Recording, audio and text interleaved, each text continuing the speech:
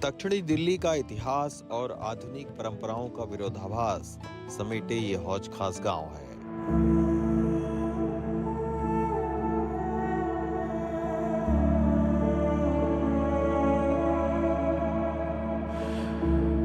गांव के किनारे अलाउद्दीन खिलजी के ऐतिहासिक हौज खास यानी पानी के शाही भंडार,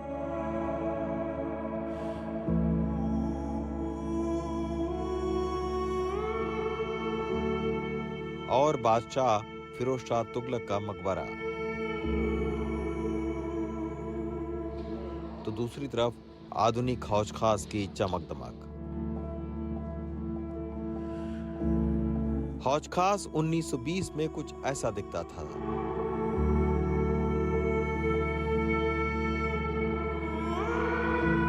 लेकिन वक्त ने आज हौज खास को HKV में बदल दिया है। चोरों की तरह देखते हैं हमारी और सबको कास को जाट गुजरों को सबको मार्शल रेस के लोग हैं, इनकी पैट्रियट हैं, देश के खिलाफ कभी नहीं चले हैं, पर बिल्कुल सुनने की कोई तैयार नहीं है। कहते तो ऐसे ही चोर हैं। It's ancient plus so modernized. If you see here, there and all these showrooms, इतना ज़्यादा modernized है कि हमें ऐसा लगा there can be no one else who can shoot यहाँ पे, and we thought it would be so different because everybody went to हौज खास फोर्ट because इतनी जगहें हैं यहाँ पे. You can never feel कि आप अपने ट्रेडिशनल चीज़ों पे छोड़ रहे हो और आगे बढ़ रहे हो बहुत ज़्यादा. It's a mix of both of it. हमारी एक ही डिमांड है कि जिन गांव की ज़मीनों पर ये दिल्ली बसी, आज उनके हालात बद से बदतर हो गए. उन गांव के हालात स्लम बन चुके हैं और किसी भी सरकारों ने आज तक उनका संज्ञान नहीं लिया. हौज खास गांव को उसके इतिहास से निकालने की शुरुआत 1979 में मशहूर फैशन डिजाइनर बीना रमानी ने की. 34 साल पहले बीना रमानी ने गांव की जिस गली में अपना पहला बुटीक खोला था, आज वहां कुछ इस तरह की फोटो शूटिंग हो रही है. Indian institute of fashion designing के छात्रों के लिए ही नहीं, तमाम युवाओं के लिए इस गांव के अत्याधुनिक रेस्टोरेंट, पब और कैफेटेरिया उनको इतिहास से जोड़ने का मौका दे रहे हैं. पहली नज़र में भले ही ये दिल्ली में गोवा जैसा आपको एहसास दिलाता हो, लेकिन ये गोवा बिल्कुल नहीं है. हौज खास गांव के अंदर कौन से लोग रहते हैं, उनकी क्या समस्याएं हैं, इनकी राजनीतिक सोच क्या है, और ये दिल्ली का सबसे अमीर गांव क्यों कहलाता है, आइए हम आपको बताते हैं. हौज खास गांव के भीतर और बाहर कई ऐतिहासिक स्मारक हैं, लिहाजा इस गांव में मकानों की मरम्मत या निर्माण कराना एक बड़ी चुनौती है. यहाँ ऐसे कई घरों की दीवारों पर पुरानी खिड़कियों के अवशेष इसकी गवाही हैं. हौज खास की चौपाल भी इसी के वजह से वीरान पड़ी हुई है. बंदिशें ऐसी हैं कि सालों से सरकार को ही इसे दोबारा बनवाने की इजाजत नहीं मिल रही है. हमारा जो गांव का ये चौपाल आपने अभी दिखाया, ये चौपाल जो था हमारा कुछ साल पहले ये रेनोवेशन के लिए हमने एप्लीकेशन दी थी, तो इसको डेमोलिश करा पहले, क्योंकि जो एग्जिस्टिंग स्ट्रक्चर था वो वीक था. तो डेमोलिशन के बाद जब वो नया स्ट्रक्चर बनने लगा तो ASI जो आर्कियोलॉजिकल सर्वे ऑफ इंडिया होता है, जो हमारे गांव में फोर्ट है जो, तो वहाँ से ऑब्जेक्शन लग गई 100 मीटर वाले रूल की वजह से कि भाई यहाँ पे कोई कंस्ट्रक्शन नहीं हो सकती. तो इस बात को तकरीबन 10 साल हो गए हैं, ऐसी ही हालत में हमारा गांव का चौपाल पड़ा है. लेकिन फिर सवाल उठता है कि हौज खास के इतने बड़े बड़े रेस्टोरेंट, पब और कैफेटेरिया कैसे खुल गए. दरअसल इसी वजह से गांव की जमीनों का किराया और सरकार का टैक्स आसमान पर है. जितने मोस्टली यहाँ पे कैफ़े और रेस्टोरेंट हैं, मोस्टली डेफिशिएंट इन लाइसेंस है. किसी के पास भी पूरे लाइसेंस नहीं है. इनफैक्ट 3-4 बड़े रेस्टोरेंट को छोड़ दें तो दिल्ली पुलिस का जो ईटिंग हाउस लाइसेंस होता है और फायर NOC होता है, वो किसी के पास नहीं है. और कभी यहाँ पे आग लग जाए, कोई दुर्घटना हो जाए, पतली पतली सीढ़ियाँ जैसे कि आप देख सकते हैं, तो यहाँ पे उपहार जैसी कोई ट्रेजेडी हो सकती है. बता दें, बहुत किराया है यहाँ पे. किराया तो मिल ही रहा है, लेकिन इतना भीड़ और इतना वो हो जाता है ना कि प्रमोटर वगैरह भी ज़्यादा ही वो करते हैं. इधर बहुत ज़्यादा, एक रेस्टोरेंट में 10-10 ज़्यादा आ जाते हैं. न्यू ईयर के टाइम भी काफ़ी स्ट्रिक्ट वो इन्होंने अपने लॉज पूरे मेंटेन करके रखे हुए थे, बट थोड़ा और रखे थोड़ा रात को तो और अच्छा रहेगा. लेकिन हौज खास का चुनावी मुद्दा यहाँ का शमशान घाट है। सालों पहले गांव के लोगों का अंतिम संस्कार गांव की इसी जमीन पर होता था, लेकिन आज यहाँ जंगल है।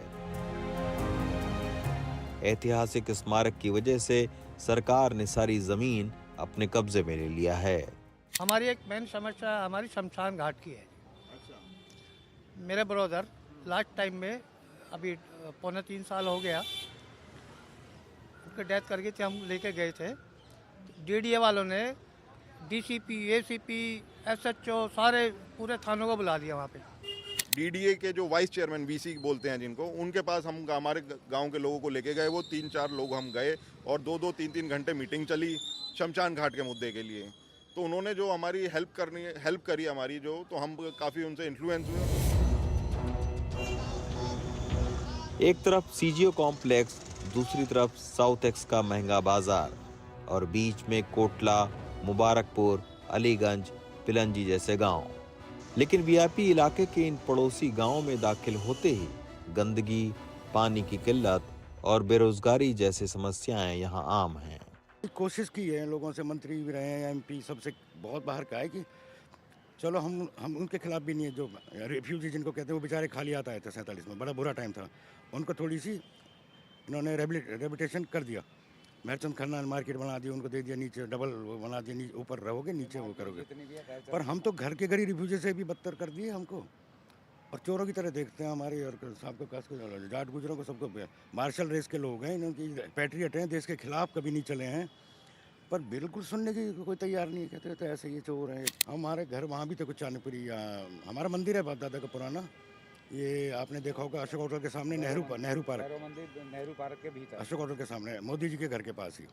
वो हमारा पुराना गांव है पिलंजी, सरोजी नगर में। बच्चों को नौकरी नहीं मिल रही सर, अब क्या कर सकते हैं। हमारे बच्चों को नौकरी नहीं मिल रही है, कोई सुविधा नहीं है। तो 2500 रुपया तो मिलेगा महिलाओं को। वो जीतेंगे जब मिलेगा, नहीं जीतेंगे तो क्या करेंगे।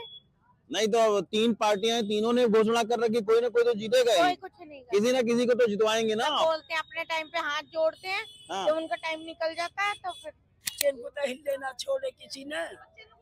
हम तो जब जाने जब बच्चे घर जैसा एक बच्चे को नौकरी दी जा तो कोई बात है, सब अपना घर बनावा है। भुखमरी ला दी, जब नौकरी तो है ही ना। गांव में गरीब और समस्याओं के लिए कुछ लोग करिश्माई अंगूठी पर भरोसा करते हैं। जो परेशान है बस, जिसको रोड पर चलेगा गरीब तो आएगा कौन अमीर। यहाँ हमें दिल्ली के 360 गांवों के खाप प्रधान सुरेंद्र सोलंकी मिले। गांव की समस्याओं पर ये पंचायत करके सरकार पर दबाव बनाते रहे हैं, लेकिन क्या दिल्ली के विधानसभा चुनाव में गांव की समस्याओं पर बात हो रही है? पिछले 2 साल में लगातार आंदोलन कर ये देखा कि इन सरकारों के कानों पे जूं नहीं रेंग रही और सरकारों को हमारी ताकत का एहसास नहीं है। तो वो ताकत का एहसास अब की बार दिल्ली के 360 गांव और 36 बिरादरी के लोग वो एहसास कराएंगे और एकजुट होकर वोट डालेंगे, और उसको वोट डालेंगे जो हमारी समस्याओं का समाधान करेगा। दिल्ली अलग अलग राज्यों के लोगों को, अलग अलग आर्थिक वर्गों को और अलग अलग मजहबों को बसने का मौका देती है। यही वजह है कि यहाँ एक दिल्ली के भीतर आपको कई दिल्ली देखने को मिल जाएंगे। दिल्ली के गांवों को भी ग्रामीण और शहरी गांव के खांचों में बांट दिया गया है, जहां के अलग अलग नियम हैं, अलग अलग राजनीतिक समस्याएं हैं।